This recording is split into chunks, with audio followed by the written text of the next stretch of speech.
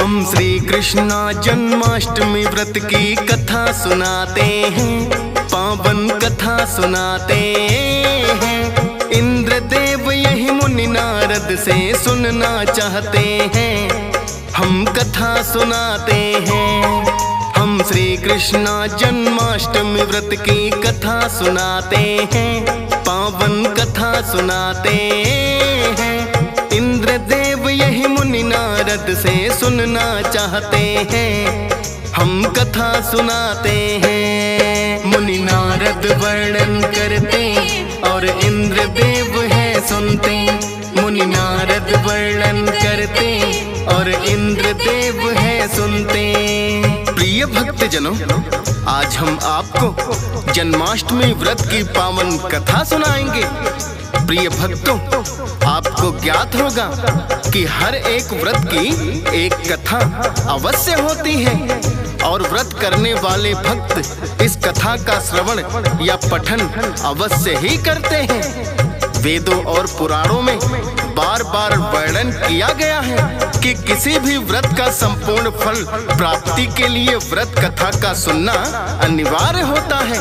प्रिय भक्तों, श्री कृष्ण जन्माष्टमी व्रत की भी व्रत कथा है। ये व्रत कथा सर्वप्रथम देवराज इंद्र ने मुनि नारद के श्री मुख से सुनी थी। आज इसी कथा को हम दोहराने का प्रयास करेंगे। तो चलिए भक्तों, सुनते हैं श्री कृष्ण जन्माष्टमी व्रत की ये पावन कथा।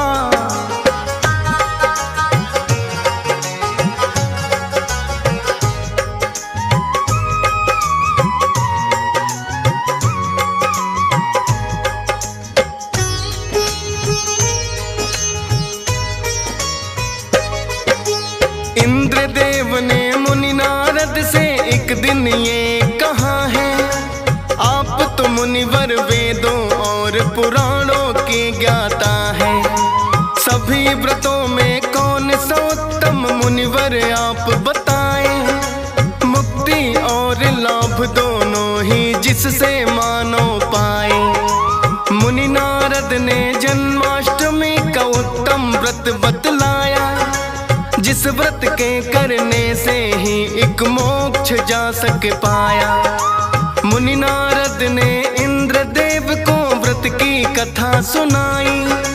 सुनने मात्र से ये कथा मुक्ति जा सकती पाई। इस कथा को सुन लो भक्तों, हम दोहराते हैं, पावन कथा सुनाते हैं। इंद्रदेव यही मुनि नारद से सुनना चाहते हैं, हम कथा सुनाते हैं। मुनि नारद वर्णन करते और इंद्रदेव है सुनते। मुनि नारद वर्णन करते और इंद्रदेव है सुनते। प्रिय भक्तजनों, मुनि नारद ने इंद्रदेव से कहा कि त्रेता युग के अंत में और द्वापर युग के प्रारंभ में निंदित कर्म करने वाला कंस नाम का एक अत्यंत पापी दैत्य हुआ। उस दुष्ट व दुराचारी कंस की देवकी नाम की एक सुंदर बहन थी, जिसका विवाह कंस ने वासुदेव से किया। जब कंस अपनी बहन देवकी का सारथी बनकर उसे ससुराल छोड़ने के लिए जा रहा था, तभी आकाशवाणी हुई, हे कंस, तुम जिसके सारथी बने हो, जिस बहन को तुम ससुराल ले जा रहे हो, उसी का 8वां पुत्र तुम्हारा वध करेगा। यह सुनते ही कंस बड़ा ही क्रोधित हुआ और अपनी बहन का वध करने के लिए उसने तुरंत तलवार खींच ली।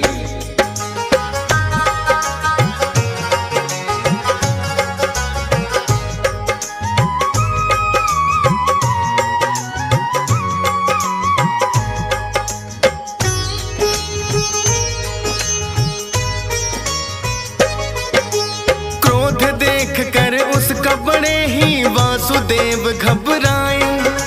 देवकी और कंस के बीच में स्वयं चले आए। कहने लगे, हे कंस, करो ना ऐसा अत्याचार। भाई होकर अपनी बहन को कैसे दोगे मार। हमारे 8वें पुत्र से आपको जो भय लगता है, इसका कोई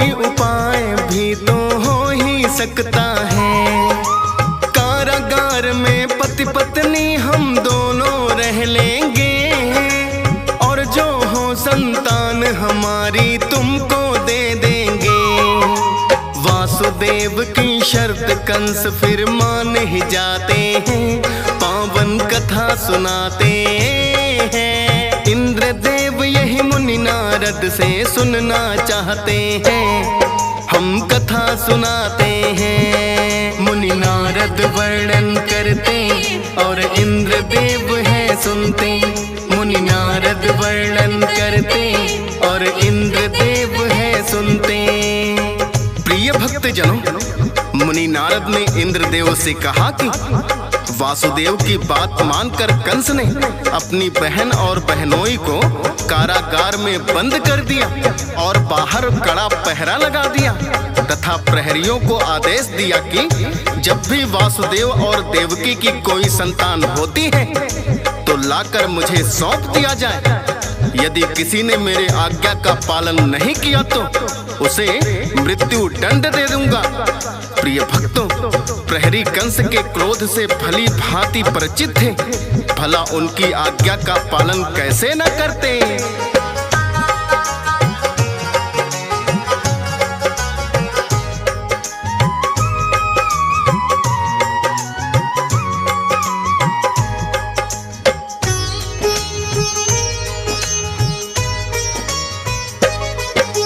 वासुदेव देवकी बंदी बनकर रहने लगे हैं, पहरेदार भी उनके ऊपर कड़ी नजर रखते हैं।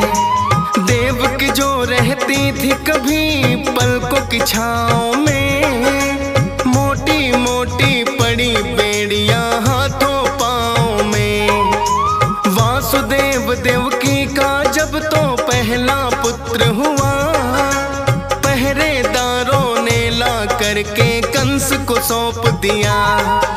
बेरहमी से कंस ने कर दी शिशु की हत्या है, और दूसरे पुत्र कभी तो यही अंजाम हुआ है। एक एक करके 6 पुत्रों को मारते जाते हैं, पावन कथा सुनाते हैं। इंद्रदेव यही मुनि नारद से सुनना चाहते हैं, हम कथा सुनाते हैं। मुनि नारद वर्णन करते और इंद्रदेव है सुनते। मुनि नारद वर्णन करते और इंद्रदेव है सुनते। प्रिय भक्तजनों, इस प्रकार कंस ने एक एक करके 6 पुत्रों का वध कर दिया।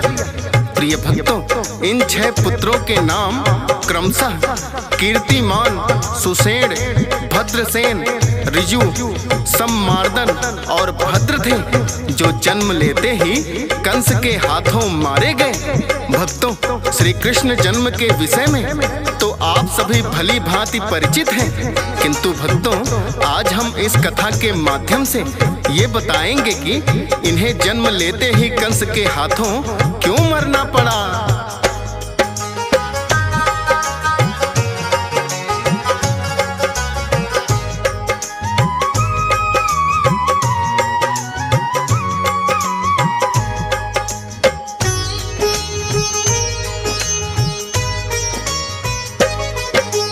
अपने पूर्व जन्म में देव ये ब्रह्मलोक में हुए, सभी देवता ब्रह्मा जी की कृपा के पात्र थे। इन पर सदा ही ब्रह्मा जी रखते थे कृपा की दृष्टि, क्षमा इन्हें करते थे जो हो जाए कोई गलती।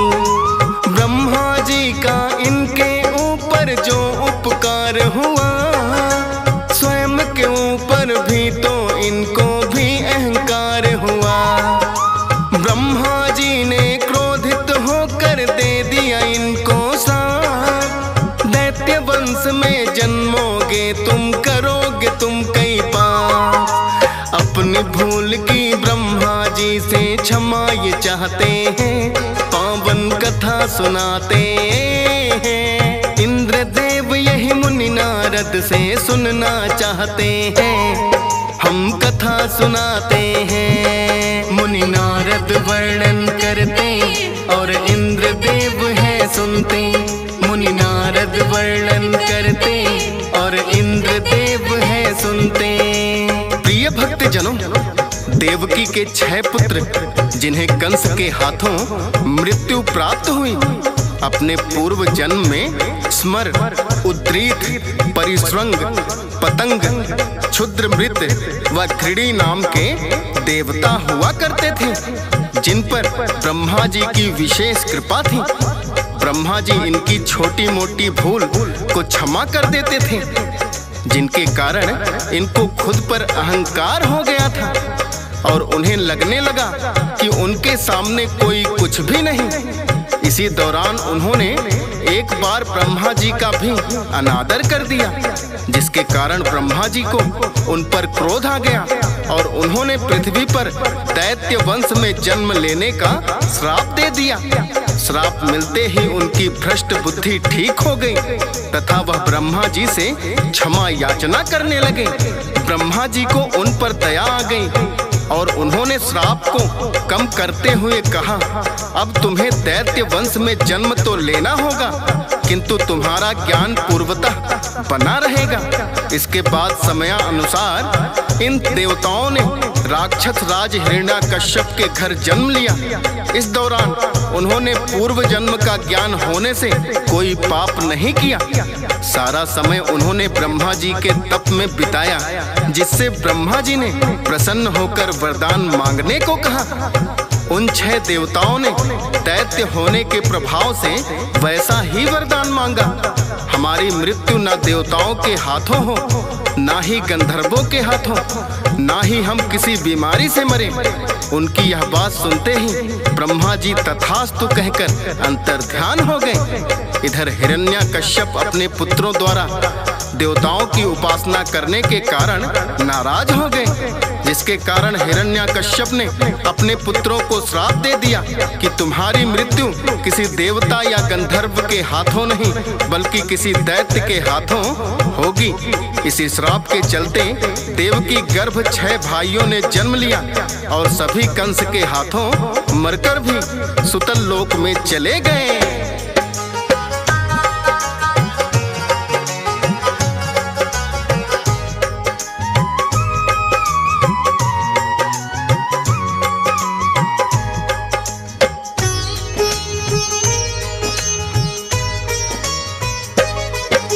गूढ़ रहस्य मुनि नारद ने इंद्र देव को बताया, देवकी के पुत्रों का वध क्यों कंस है कर पाया।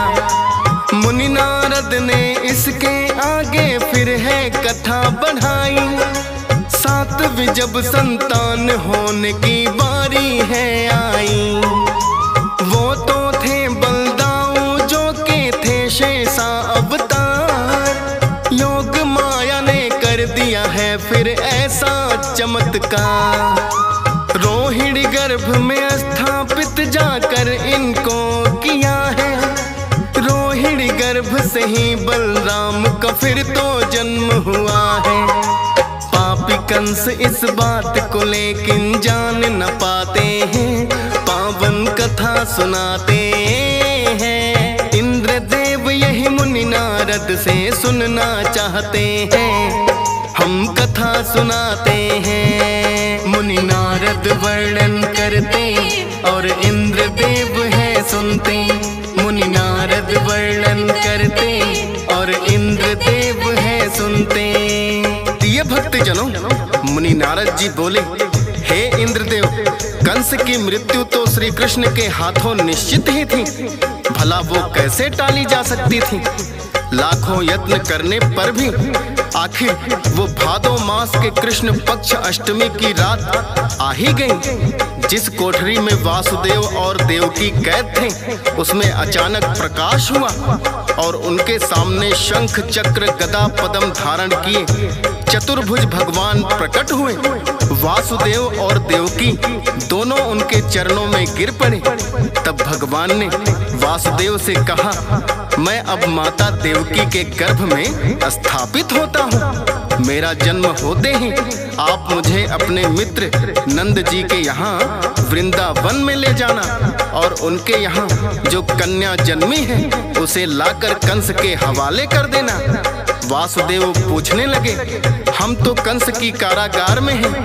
तब श्री कृष्णा बोले, इस बात की चिंता मत करो, जागते हुए पहरेदार सो जाएंगे, कारागृह के फाटक अपने आप खुल जाएंगे और उफनती हुई यमुना तुम्हें बाहर जाने का मार्ग दे देगी।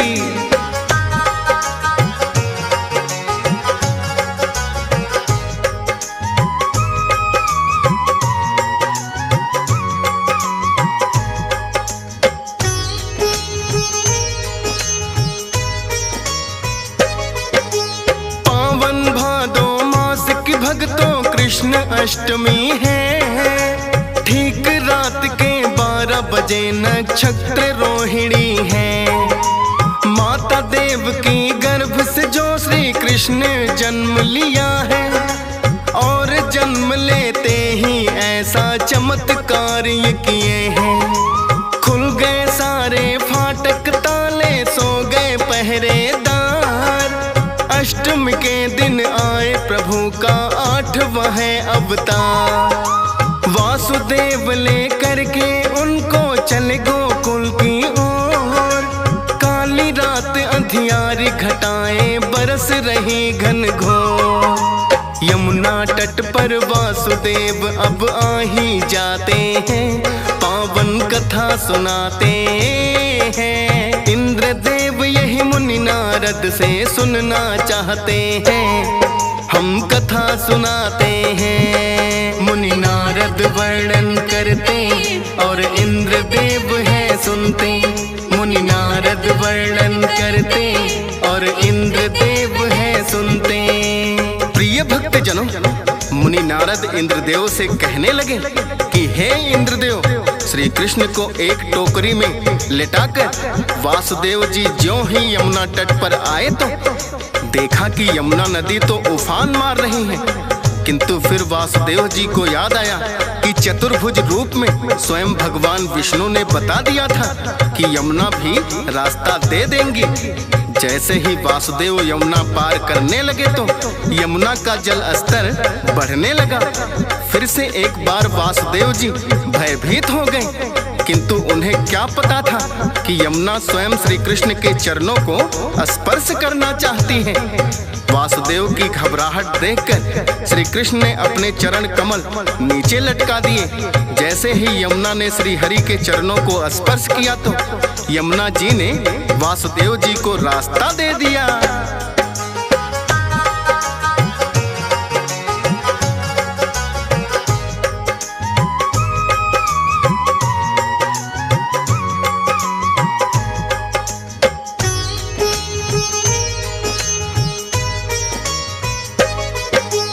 करके यमुना पार वो तो फिर गोकुल में आए। कृष्णा को छोड़ा नंद के घर उनकी कन्या लाए, और लौट कर रातों रात ही मथुरा आ गए हैं। कारागार के फाटक स्वयं ही बंद हो गए हैं। प्रातः काल ही कंस को भक्तों जब ये ज्ञात हुआ, रात्रि में ही देवकी ने बालक को जन्म दिया। क्रोधित होकर कारागार में आते कंस वही है। देखी देवकी गोद में कन्या कोई पुत्र नहीं है। लेकर देवकी के हाथों से उसे पटकना चाहते हैं, पावन कथा सुनाते हैं। इंद्रदेव यही मुनि नारद से सुनना चाहते हैं, हम कथा सुनाते हैं। मुनि नारद वर्णन करते और इंद्रदेव है सुनते। मुनि नारद वर्णन करते और इंद्रदेव है सुनते। प्रिय भक्त जनों, मुनि नारद ने कहा कि जैसे ही कंस ने उस कन्या को पटकना चाहा तो वो कन्या कंस के हाथों से छिटक कर उड़ गई, क्योंकि वो कोई और नहीं स्वयं योग माया थी। और जो जाते जाते कंस को बता गई, अरे मूर्ख, तू क्या मुझे मारेगा? तुझे मारने वाला जन्म ले चुका है और वो गोकुल पहुंच चुका है।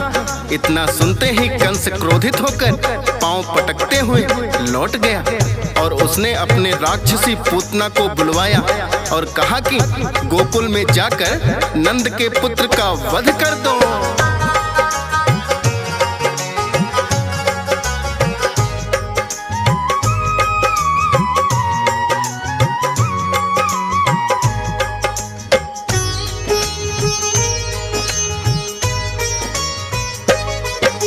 शुरू हुई है श्री कृष्ण की अब तो बाल लीलाएं, जो धरती से पाप मिटाने कृष्ण रूप में आए। सबसे पहले पूतना उनका वध करने आई है, स्तनपान करते करते परलोक पठाई है। त्रिणावर्त ने आकर फिर तो श्री कृष्ण को उठाया। श्री कृष्ण ने किंतु अपना इतना भार बढ़ाया, संभल सका ना त्रिणाव्रत से श्री कृष्णा का भार। कंठ दबाकर श्री कृष्णा ने उसको दिया है मार। वत्सासुर और बकासुर भी मारे जाते हैं, पावन कथा सुनाते हैं। इंद्रदेव यही मुनि नारद से सुनना चाहते हैं, हम कथा सुनाते हैं। मुनि नारद वर्णन करते और इंद्रदेव है सुनते। मुनि नारद वर्णन करते और इंद्रदेव है सुनते। प्रिय भक्त जनों, मुनि नारद ने इंद्रदेव से कहा, हे इंद्र, इसके पश्चात बकासुर के मारे जाने के बाद उसका छोटा भाई अघासुर श्री कृष्ण का वध करने के उद्देश्य से आया और उसने विशाल अजगर का रूप धारण कर लिया। इस रूप में अघासुर अपना मुंह खोलकर रास्ते में ऐसे बन गया जैसे कोई बहुत बड़ी गुफा हो। उस समय श्री कृष्ण और सभी बालक वहां खेल रहे थे। एक बड़ी गुफा देखकर सभी बालकों ने उसमें प्रवेश किया। मौका पाकर अघासुर ने अपना मुंह बंद कर लिया। सभी को अपने प्राणों पर संकट नजर आया तो श्री कृष्णा से सब प्रार्थना करने लगे। श्री कृष्ण ने अपना शरीर तेजी से बढ़ाना शुरू कर दिया। इस कारण अघासुर को सांस लेना भी कठिन हो गया। अंत में भगवान ने उसका भी वध कर दिया।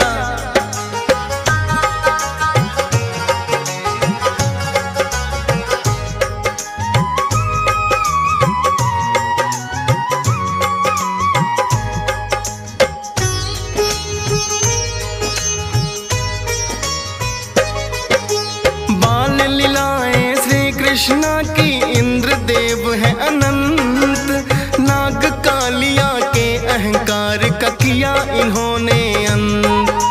नल कुबेर और मणिग्रीव नामक दो यक्ष हुए थे। मेरे श्राप के कारण ही यमलार्जुन वृक्ष बने थे। एक दिन ऊखल से माता ने उनको बांध दिया। खींचते खींचते ऊखल को वृक्षों में फंसा दिया। जोर लगा के खींचा तो दोनों ही उखड़ गए। वृक्ष बने थे यमला अर्जुन श्राप से मुक्त हुए। कभी चोरी कर माखन और कभी बंसी बजाते हैं, पावन कथा सुनाते हैं। इंद्रदेव यही मुनि नारद से सुनना चाहते हैं, हम कथा सुनाते हैं। मुनि नारद वर्णन करते और इंद्रदेव है सुनते। मुनि नारद वर्णन करते और इंद्रदेव है सुनते। प्रिय भक्त जनों, इसके पश्चात मुनि नारद ने इंद्रदेव को भी श्री कृष्ण की समस्त बाल लीलाओं का वर्णन विस्तार से बताया, जिसे सुनकर इंद्रदेव बड़े ही भाव विभोर हुए और कहने लगे, हे मुनिवर, आपने श्री कृष्ण की बाल लीलाओं का वर्णन विस्तार पूर्वक करके मुझे धन्य कर दिया है। एक बार स्वयं मैं भी भ्रमित हो गया था और गोकुल वासियों को डुबोने का प्रयास किया था। तब श्री कृष्ण ने गोवर्धन पर्वत को उठाकर उनकी रक्षा की थी। 7 दिनों तक मैं मेघों को बरसा बरसा कर हार गया और अंत में मेरा अहंकार चूर चूर हो गया। हे मुनिवर, अब कृपया मुझे ये बताइए कि श्री कृष्ण ने अपने मामा कंस का वध किस प्रकार किया। इंद्रदेव की बात सुनकर मुनि नारद जी कहने लगे,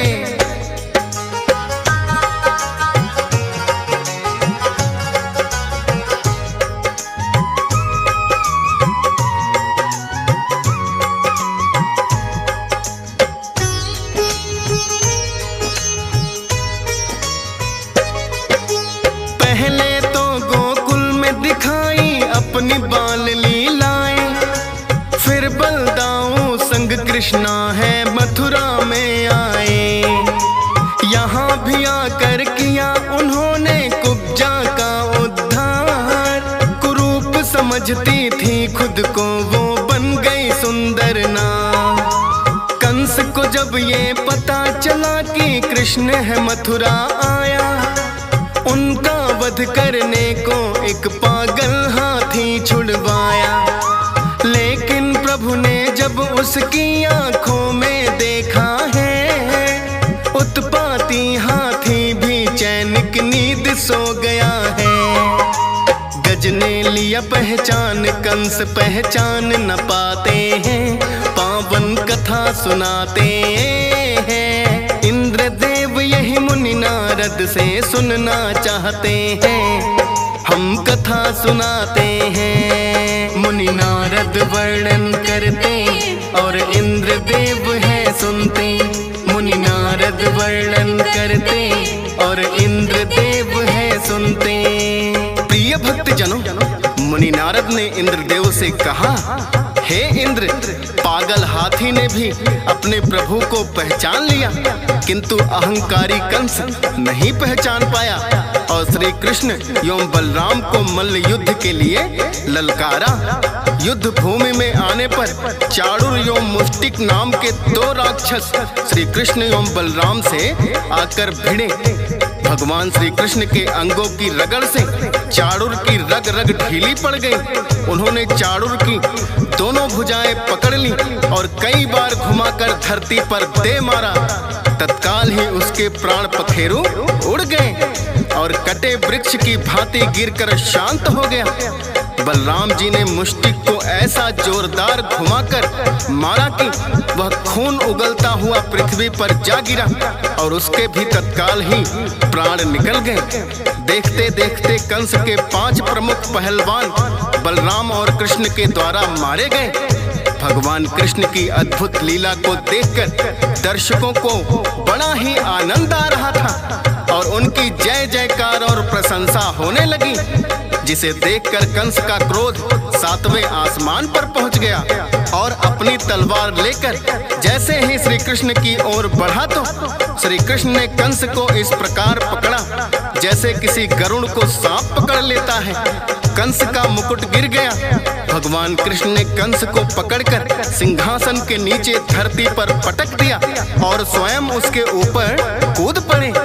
भगवान कृष्ण ने ऐसा प्रहार किया कि एक पल में ही कंस के प्राण पखेरु उड़ गए।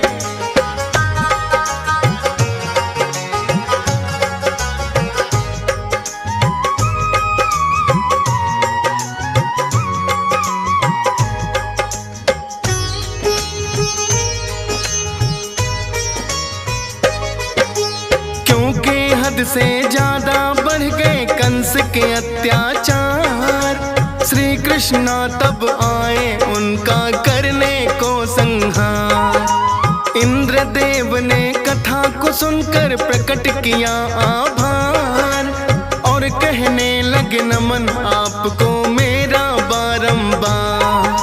मुनि नारद ने कथा सुनाई, इंद्रदेव ने सुनी है। श्री कृष्ण जन्माष्टमी व्रत की भक्तों कथा यही है। डीएस पाल ने श्रद्धा पूर्वक किया कथा का वर्णन, लाखों भक्तों संग सुनता जिसे हंस राज रिलहन। फौजी सुरेश भी सबका ही आभार जताते हैं, पावन कथा सुनाते हैं। इंद्रदेव यही मुनि नारद से सुनना चाहते हैं, हम कथा सुनाते हैं। मुनि नारद वर्णन करते और इंद्रदेव है सुनते। मुनि नारद वर्णन करते और इंद्रदेव है सुनते। हम श्री कृष्णा जन्माष्टमी व्रत की कथा सुनाते हैं, पावन कथा सुनाते हैं।